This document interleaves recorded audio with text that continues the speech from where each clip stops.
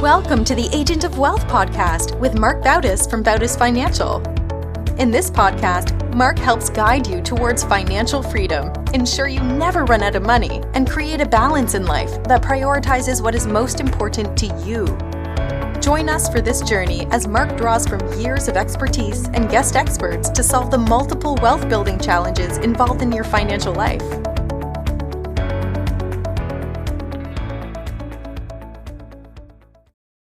Welcome back to the Agent of Wealth. This is your host, Mark Bautis.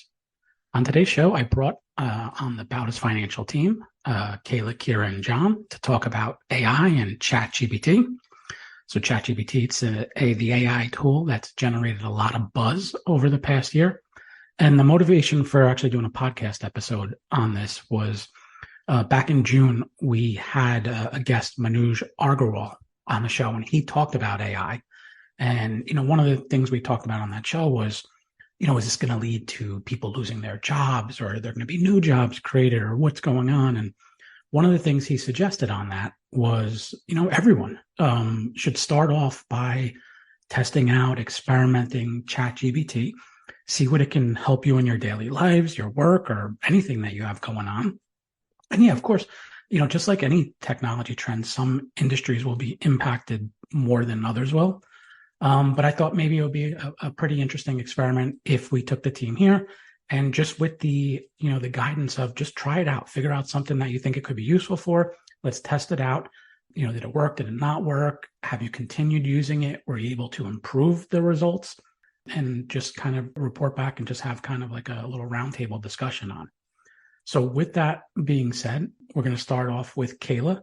How have you used it, or have you tried it out recently? I've tried it in a few different ways. I used it originally I was thinking of it from like a financial planning perspective, because that's obviously our jobs. But like from looking at like a company, if someone asks about a stock, like if someone's curious about, NVIDIA is a big example, but like if there's some company that we've never heard of, just a way to like look at a quick primer and see what the company does, how they make their money, like it. Chat GPT is, I think it only has knowledge until 2021. So, but like just to understand background, it's helpful there. So I thought the same thing. And, I get asked a lot, and we all get asked a lot, what are the AI stocks that someone should invest in? Or they'll ask, what are the upcoming ones? And like you said, everyone knows about NVIDIA, but what are some of the more, not obscure ones, but ones that people necessarily don't have as much a high profile on? And I found the same thing. I tried that out, and it came back and said, I only have data up until September 2021. And that was one of the things I was like, okay, this is kind of strange. Like this AI is like bleeding edge technology, yet how is it used if it only has data up until essentially 2 years ago? But I don't know if I was missing something, or if it really is like constraint of it has 2-year-old data in it. Yeah, hopefully they find a way to make it more real time. I mean, I'm sure they will. I also used it to like ask like a really detailed financial planning question just to see if they could do it, like give me the right answer. And it was like something involving someone inheriting an account. And there's a lot of different ways, especially within the past few years, that like that could impact someone from a tax perspective. So I was asking it those questions. It gave me like a wrong answer. And then it started like making up like IRS language that like didn't exist. Like I was trying to find like the IRS thing, and it just like, it didn't exist. But for like more basic financially stuff, like it was somewhat helpful. It would just like spit out, like, think about these 3 main things, but like it missed the mark and explained like the wrong IRS legislation in like a really convincing way. So it could be like that's a danger I saw of it. Do you think eventually it will get smarter? I don't know. I think it will get better, but I don't think it's there yet. And it's hard to say when. I don't think this is Chat GPT, but I have Grammarly downloaded on my browser. And I don't know if you guys know what that is, but it's kind of like a better spell check. It just looks at like your emails in your Word documents, and it just underlines and stuff when there's something it sees wrong. It has like an AI thing that can help you write an email. And I loaded like emails into it so it would understand how I write. You guys would think I was insane if I sent that email. Like it didn't sound like a person wrote it. So I don't think it's there or close to being there yet. It's interesting because like everyone is now saying, oh, we have an AI product. So it is kind of getting blanketed across everything, when in reality, some of it's useful and some of it seems like it's not as useful or there yet. But I think it is a big rush where companies are out there just trying to put something out there, claiming that it's an AI, to be one of the first to market, and without really making sure that it's a robust product. I remember Apple Maps, when they came out, they were the competitor to Google Maps, and Google Maps was far ahead. And Apple Maps just threw their thing out there. It had lots of wrong maps loaded. And they said, you know what, we're going to put it out there because it's going to learn over time. And they were less concerned about providing wrong information than getting people on it so that it would improve in the future. So I guess maybe AI is doing something similar.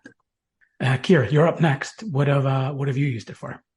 Okay, so I have two examples. The first is you can use it to learn a new skill. So, for example, I wanted to brush up on my Italian before a trip I'm taking to Italy in September.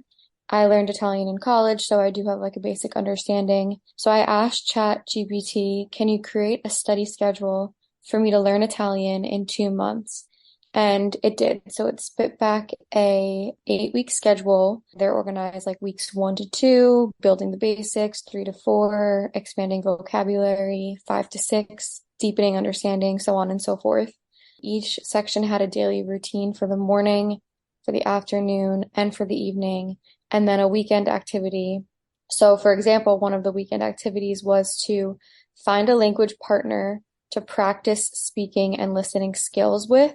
That's kind of a hard thing because not everyone speaks Italian, so it could be hard for me to find a language partner to do this with, especially considering I'm no longer in college or amongst peers who are learning the language. So you can actually use Chat GPT for this sort of language testing. So instead of finding someone random out in the world, you can just say, I typed in, "You're my Italian teacher. Can you test me on some common phrases that I should know?" And then from there, Chat GPT asked me a series of questions in Italian that I can then respond to and type back in Italian. And then they can mark them as correct or incorrect, explain why certain responses are incorrect. And as you get better at refining your questions to Chat GPT, you can be more specific about the level of your understanding. So if you're just a basic learner or an intermediate in the language, or if you want to be asked questions that are related to, for me, it would be traveling. So asking where places are located, learning how to order at a restaurant or at a cafe. So you can kind of really refine that. And basically, one of the pointers there is that when you're on Chat GPT, each chat, the AI is remembering all the past messages. So whenever I do want to learn Italian, I go to that specific chat. Versus, I'll talk about another way that you can use it is you can use Chat GPT to summarize books or website articles that are long. So for example, there's a popular personal finance book, Think and Grow Rich by Napoleon Hill, which I've never read before, but I've heard a lot of things about. I typed into Chat GPT, summarize the book Think and Grow Rich by Napoleon Hill, give me an outline of the most important concepts. It actually outlined the book into sections, including the introduction, 1 through 13, then the conclusion. Under each section, there were bullet points of takeaways, and you can get a lot more information from this kind of summarization than you would from the back of the book, or even from someone who is just summarizing the book based off of memory. So this could help you figure out if reading a book is actually going to be one that you'd enjoy, that you learn from. Maybe it's topics that you already know about, so you don't want to waste your time actually reading the book. Or you could do the same thing with pages on the web. So you can actually drop in links to pages on the web and ask for summarizations of content. And then, of course, I also use ChatGPT to help me with smaller tasks at work. So I do all of our firm's marketing. So I might ask ChatGPT to help with content creation. So for example, I type in, what are 15 unique personal finance topics that we can write about for our company's blog? Or a big one that I use it for pretty frequently is writing or rewriting headlines. So for example, I might type in a headline that I have already planned out for a video and ask ChatGPT to rewrite it with 10 possible variations. And then from there, I can kind of pick and choose how I want to word things, what's the best way to word it. So that's just some of the examples of how I've used it. Are those some of the headlines that you're using for our newsletter? I don't do it for the newsletter as much as for just like blog content, video content. You can specifically ask if you are writing a newsletter. You can specifically tell it what the content is within the newsletter and say, can you write me a subject line and preview text? And are you using Chat GPT on the browser? I know there's a mobile app that's gotten very popular too. Have you tried both or one versus the other? I just use it on my browser. I haven't downloaded the mobile app yet. And Kayla, I think you said you tried out the mobile app? Yeah, I've done it both ways. I think it's pretty much the same thing. Mm-hmm. And Kira, I know you mentioned Think and Grow Rich. I guess it had knowledge of the book already. Yeah, it has knowledge of everything online. So you can just name a book title. And so really what ChatGPT does versus Google searching is like it takes away you having to find the credible information and it just populates it within 5-10 seconds. And John, what has your experience been? Very much like Kayla and Kira had mentioned, I find it to be, if you look at it from a broad scope of its accuracy, of course, you have to be careful as to what you take from it. If there's a possibility that what it's giving you is not accurate, you have to take that into consideration. So I find it to be quick and useful for certain things that I don't want to say aren't important, but you're just curious about them. I've used it with my kids a lot. Like if they're curious about something, it's a lot like Alexa. Like we use her a lot. We'll ask her questions, how far is the moon away from Earth, or just, silly things like that we're talking about. Obviously, it has a ways to go when it comes to something, for instance, what Kayla was talking about with the IRS. You're clearly not going to file your taxes based on the advice you get from it, but it might be a tool amongst all the different things in research and a good place to start. It feels to me like it's a glorified Google search. When I'm looking at Google and I do a search there, and let's say I'm doing research on something, I'll look at a lot of different places and feel out how accurate I think each place is, or, maybe look for some redundancy across certain places where I know, okay, this site might be wrong because there's more people that are saying this. So the source of where it's getting its information from and how it's getting it makes it really hard for me to not take it with a grain of salt. And with that said, being an avid runner and liking to train, I asked it if it could put together a marathon training program for me. And as you guys know, and many do that know me, I've helped some people out through training, and I have a long history with running. So I thought that would be a good place to start. And to be honest, the plan that it put together was not bad. I've certainly seen worse. There were certainly things that I would change, but the basis of it and the way that it flowed and some of the information it was giving you was pretty close. With that said, I did the same thing and did a Google search. And again, I found a lot of information there that was very similar to what put out. So I put together also like nutrition, obviously goes hand in hand with training, a nutrition plan, maybe to lose weight, or I tried it a couple of different ways. And like the marathon training plan, I did try different approaches. And of course, as you added more information into the question you asked, they got way more accurate. I almost think that in a way, I feel like it's almost unfair because the amount of information is so large that's out there that it seems almost to me hard for me to wrap my head around, and almost seems impossible that it would engulf everything that's out there, and not just all the information, but all the different topics. I mean, there's an endless amount of number of topics you could put in there. With that said, I feel like it's heading in this direction. You can see where they're heading with it, and I think you can see how they're going to get better with it. And it's heading in a direction that's going to be even more and more as it moves along useful. And I'm sure the people who design these things know the challenges that they have. I was reading the other day, like when you're talking about all this information, it's just where do you store it all?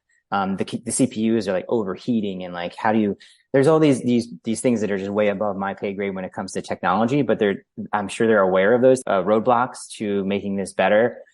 I wouldn't be surprised if they have a visual path as to how to get around these things. Like you guys were saying, Mark, the 2021, think about the challenges there. It's not just keeping it up to date. So let's say it's up to date now, and that moment passed, and now there's already, like, news is not stopping. So especially when it comes to news and developments, it's unrealistic, I feel like, today, based off of what I know, for it to always be up to date. So if you're looking for something, there could be something that happened in the last 5 minutes that it's not up to date on. So that the limitations are interesting, but I feel like it has that direction. And it almost feels like the best application for this would be towards specific things. So if you built a Chat GPT that was just for financial planning, let's say, and I'm sure that's what these companies are doing. Like, say, for instance, lawyers, they might say, put every precedent from every case in history, every word that was said in a court towards real estate law. To me, that's super helpful because you could then go in and say, hey, I have this case, this person's suing this person, or this person's trying to do this. And you very, very quickly can towards something very, very specific. As you bring it in, maybe there are better uses for the technology towards keeping things more specific, even just based off of me adding more information into the question, how it makes it that much more accurate. I can kind of see where it's going. I think a lot of it is hype. It's hard to know how quickly it's going to impact our lives in such a way that people are talking about. It's hard to even invest in something like that too, right? Because we all said it with cryptocurrency. Cryptocurrency could be very, very relevant in our lives, but there's no clear path as to how good it's, how important it's going to be and when. And I think that's a big part of investing. So I would say to people, be very, very careful as to when you see prices rising and falling based off of this technology, to take it with a grain of salt and be very, very careful with what you hear and what you see, because it's really, really hard to make the connection between when this is going to make such an impact that a company is going to benefit from it in a way that would impact your portfolio without the risk that's just through the roof. Yeah, I think, like you mentioned, there's going to be different industries that are impacted differently from it. Like the legal field, everyone is saying that that's one where maybe it's able to generate contracts or do different things with, if it has every legal case or precedent before it, I guess it could do a lot of analysis on it. I think the medical field is another one where, with just all that medical data that's out there, whether it's generating a custom prescription plan for someone or researchers trying to research different diseases. And, obviously we're in the financial planning field. So, I think, it's in its infancy. Like you were saying, is it a glorified Google search? Is it, can I ask my Alexa the same kind of things? I initially thought something similar. So the way I used it is I said, let me just play around with budgeting. And I asked Chat GPT, build me a budget for someone earning, and I tried different incomes. And I said in different areas, I said in New Jersey or in somewhere in a less expensive state. And it came back and said, spend 25 to 35% on housing, 400 to 600 on groceries, transportation of 300 to 600. So it was something generic. And I said, okay, that's pretty, not very useful. I guess, maybe it is a little bit useful because we do get asked, someone will ask, am I spending too much on housing or too much on this? And it's a general question that probably needs a specific answer. So then I said, well, what if I improve or give more information on the query? So I said, all right, let me put an income in, and then let me actually list out the expenses. So I said, all right, there's someone who's spending $2,000 on rent, $150 a month on utilities, $200 on car insurance. And I listed out, what someone is spending. And I said, please help me create a budget. And then I said, with the savings goals that I want to have an emergency fund, a $10,000 vacation fund, and I want to save for in an IRA for retirement. Then its response was a little bit more useful because it was a little more specific. So it came back and said, you should be saving, it said you should have 6 months or 3 to 6 months in an emergency fund. You should be saving, I think it said $150 a month to that.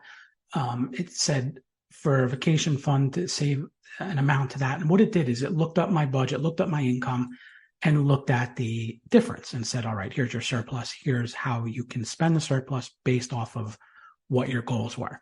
And I think it's something that over time I'd be able to refine and really get it to. So it was still a little bit generic on how it did it. But I think over time, if I said, maybe specify the amount of the vacation fund or the time when I wanted to use the vacation fund, or maybe specifics about not just saying save in a retirement account, but specifics about I want to retire at this age with this amount of money, then maybe it could, and I don't think it's there yet with the ability to really come back with I guess you can call it a financial plan.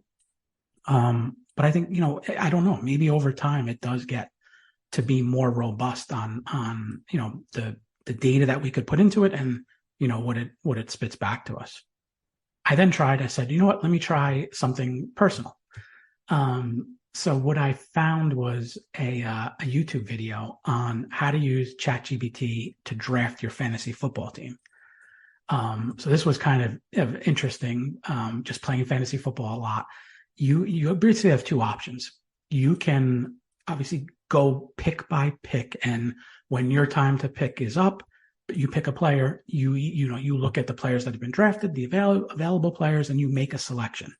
Or for a while now, fantasy football has had this concept of an auto draft where it ranks the players, and then you don't have to do anything. It comes to your time to pick and it drafts the next highest ranked player. And this is not very useful because it doesn't take into account a lot of things like who you have already drafted on your team, who, is it a position that you need? Would it give you too many people that have the same bye weeks? And so this was actually, at least I was very optimistic that this would be something that was useful to use. What I had to do was load RotoWire data into Chat GPT to try it out.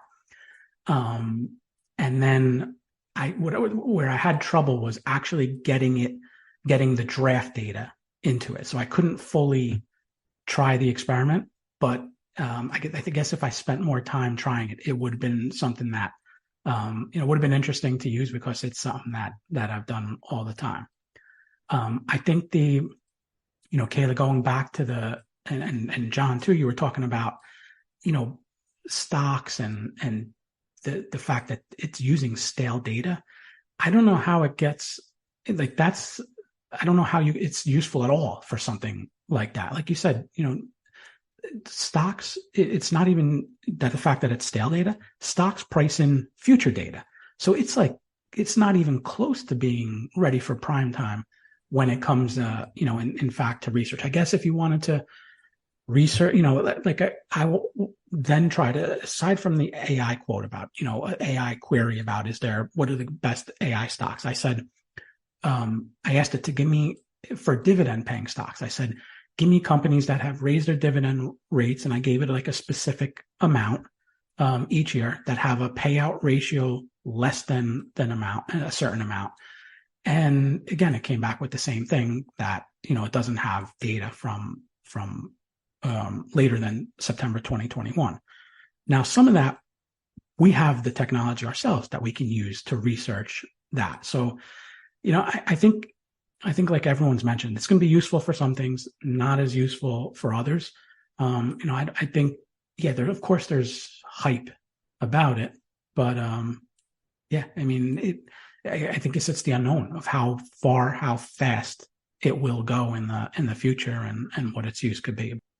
I think you just hit it on the head. Is as long as there's a margin of error, it's going to be completely useless. Like I look at, if you go to the doctor and let's say the doctor says to you, hey, I'm 95% sure what I'm going to tell you today is accurate. You're probably going to want to find another doctor, Accuracy is everything when it comes to certain things. Yeah. All right. Well, that just about wraps up today's episode. Just in closing, I would make the same recommendation to everyone that Manoj made to us. Try it out. You may find it helpful. It may make you more efficient. We've been doing some of our book clubs on how to be more efficient, how to utilize your time better. Maybe ChatGPT can help with some of that. So, I don't know how much it would help in the finance space or financial planning right now. So with that being said, if someone wants help with financial planning, we're happy to help. And you can go to Bautis Financial bautisfinancial.com/call and, schedule a consultation with us. And we're happy, obviously, to talk about financial planning, happy to talk about ChatGPT and, anything that someone wants to talk about. So thank you, everyone, for tuning in today. Don't forget to follow the Agent of Wealth on the platform you listen from and leave us a review of the show. We're currently accepting new clients, and if you'd like to schedule a one-on-one consultation with our advisors, please do so at bautisfinancial.com/call. Thank you for listening to the Agent of Wealth podcast. Click the subscribe button below to be notified when new episodes become available. The information covered represents the views and opinions of the guests and does not necessarily represent the views or opinions of Bautis Financial. The content has been made available for informational and educational purposes only and is not intended to be a substitute for professional financial planning and investment advice.